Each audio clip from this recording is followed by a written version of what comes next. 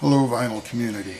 I have some new albums to show, and a couple of these are ones that you would call Grails for me, so very excited to show them. And the first one is an album that I associate with a Grail that I just received and showed quite recently. That was the Terry Riley soundtrack album, Happy Ending, from the film Les Yeux Fermés. We did another soundtrack album around the same time. This was a 1975 release. The album is Lifespan. The film is Le Secret de la Vie, The Secret of Life. And you can see Klaus Kinski on the cover there. Terry Riley himself appears on the back, and this is on the French Stip label. I don't know anything else on that label. And this album features Terry Riley on the organ, as usual. Organ with tape delay. Side 1 also features his saxophone and some tabla drumming. So he does show the Indian influence in the tabla usage, and the track titled Slow Melody in Bhairavi refers to an Indian raga.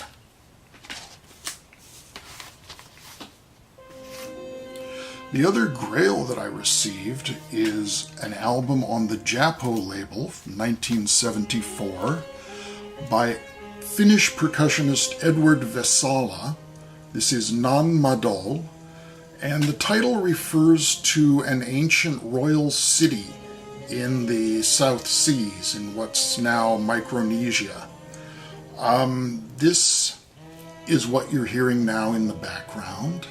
Music for various combinations of horns from 2 to 6 on the different tracks, as well as violin and a little bit of harp, and then bass and Edward Vesala's percussion. The album was released a couple of years later on ECM with a completely different cover. Neither one is really one that turns up every day, so I was really delighted to get hold of this. I've been looking for it for quite a while. And from the same seller, I received another Edward Vesala album. This one is on ECM, Satu from 1977.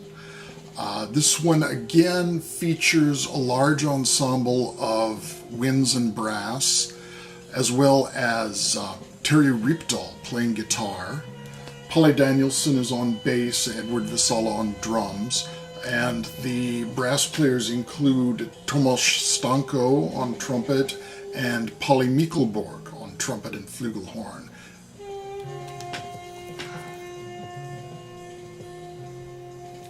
And another album on ECM, this is Ring by the Gary Burton Quintet with Eberhard Weber. And Eberhard Weber gets a special credit on the cover for a reason. He's very prominent on this album, but you've got bass by Eberhard Weber and Bob Moses. Eberhard Weber's composition, The Colors of Chloe, is on here. There's also a Carla Bley composition, and 3 by Gary Burton's associate Mike Gibbs. And Mick Goodrick and Pat Metheny are both on guitar. So this is a great, very progressive album, not so much jazzy. This is very appealing, I think, to the prog rock people. So check this one out if you have not heard it.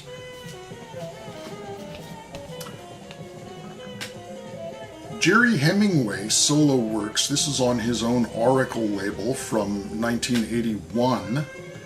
And this is a drummer who has played with a lot of the AACM musicians, including Anthony Braxton, Anthony Davis, Leo Smith, George Lewis, and many others. And this is, as it says, basically percussion solo work. There's also an electronic piece. So this is one probably for particularly specialized interests. Just recently on my vinyl tag video I showed Phil Oak's first album.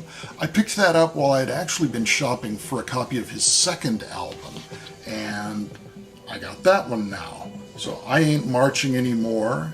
This features the great title track, and the devastating Here's to the State of Mississippi, and Phil Ochs' adaptation of the Alfred Noyes poem, The Highwayman. This is from 1965. The copy of the first album I'd gotten was an original on the old Elektra label with the guitar player on it. This is on the 70s Elektra label with the butterfly. Consider the case of Mike Oldfield. Mike Oldfield's first solo album, Tubular Bells, was such a huge success artistically and commercially that it's something that casts a long, long shadow over the rest of his career. And so it's something that he's revisited many, many times over the course of the years. He's gone back to that well for Tubular Bells 2 and Tubular Bells 3 and Tubular Bells 2003, and various live versions have been released. But the first revisit was the orchestral Tubular Bells, arranged by David Bedford and with Mike Oldfield appearing on guitar. This is a US copy, and I got this as an old stock sealed copy, which is great. Pristine vinyl, but the quality of the vinyl from 1975 is not ideal. So there are quite a few bits of noise, and this even had a little bit of foreign matter stuck down in there in the grooves that caused a repeat until I did a little surgery to get that out on a brand new sealed copy. So that's something to beware of. There's something I like to say about Pink Floyd, which is that when they started out, they were Sid's Floyd. Then in the 70s, after Dark Side of the Moon, they became Roger's Floyd, with all the concept albums masterminded by Roger Waters. After they disbanded and reunited, they became by default David's Floyd. But for me, the best Pink Floyd, the stuff that I love the most, is the in-between period of the late 60s, early 70s, when they were Floyd's Floyd. They were a real band with no dominant personality. And one album from late in that period is the compilation Relics. Now this does include a lot of Sid's Floyd, but also a lot of the in-between material. There is a Rick Wright composition that had not been released before. There's the studio version of Careful with That Axe, Eugene. This album was released in various territories with different covers, and of course this is the album that I had back in the day, or I should say the version that I had back in the day. The American cover with the nice texture to it. This is an original 1971 pressing on the Harvest label. I've been able to add another Stockhausen LP to my vinyl collection. This is another one that I used to own back in the day and am reclaiming for my collection.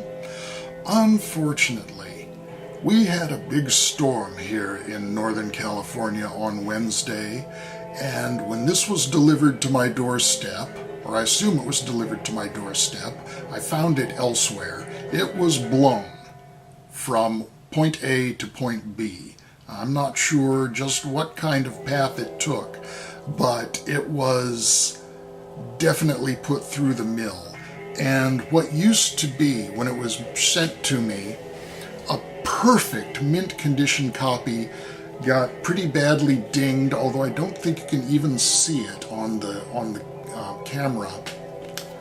This corner got all folded up, and the seller took so much care in packaging it. It was in a cardboard box, not a record mailer, but a priority mail box that had been cut down to size. It was all taped up with bubble wrap and it stuffed paper in there, but it couldn't stop it. It probably fell off the third floor landing. So it did get dinged, and it kind of breaks my heart that it was not received in the condition it was sent in. But this is Sternklang, recorded in 1975, released on Deutsche Grammophon in 1977. This is music meant to be performed in a park by widely separated groups of 4 musicians. It's a mix of instrumentalists, singers, and electronic musicians. 5 groups of 4, and it looks like there's a separate percussion setup. Some photographs from performance on the back. And we are hearing this album in the background. Finally, a couple of items that are not vinyl, but this is so cool I had to show it. This is the 8 CD box set, Brain the Box, Cerebral Sounds of Brain Records, 1972 to 1979. This is the Kraut Rock Motherlode. This features Tangerine Dream, Klaus Schulze, Grobschnitt, Cluster, Arock, Harmonia, Jane, Scorpions from their first album when they were kind of a spacey band more than heavy metal, Emergency, Guru Guru, Embryo, Novalis, Curly Curve, Thirsty Moon, Satin Whale, Yatha Sidra, and on and on and on. The first 6 discs are selections from the Brain catalog, and the 7th and 8th discs are the Brain Festival Essen albums from 1977 and 1978, with live material by Gate, Novalis, Release Music Orchestra, Jane, Message, Guru Guru, Rufus, Fürst and Fröhling, To Be Blanker. This comes with a Brain shopping bag,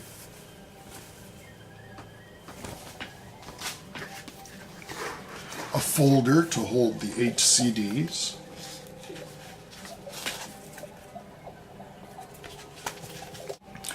and a beautiful hardback book featuring information on the various bands. Lots of photographs and album covers. Finally, I'm showing this CD because I lost a very, very dear friend recently, someone I loved very much, and to celebrate her life, I'm showing her favorite band, The Lovin' Spoonful. She loved John Sebastian and Zolyanovsky, and this is some wonderful feel-good music that, if you feel it, please cue some up and listen to The Lovin' Spoonful for Brenda. So thanks very much for watching. Please be well and believe in magic.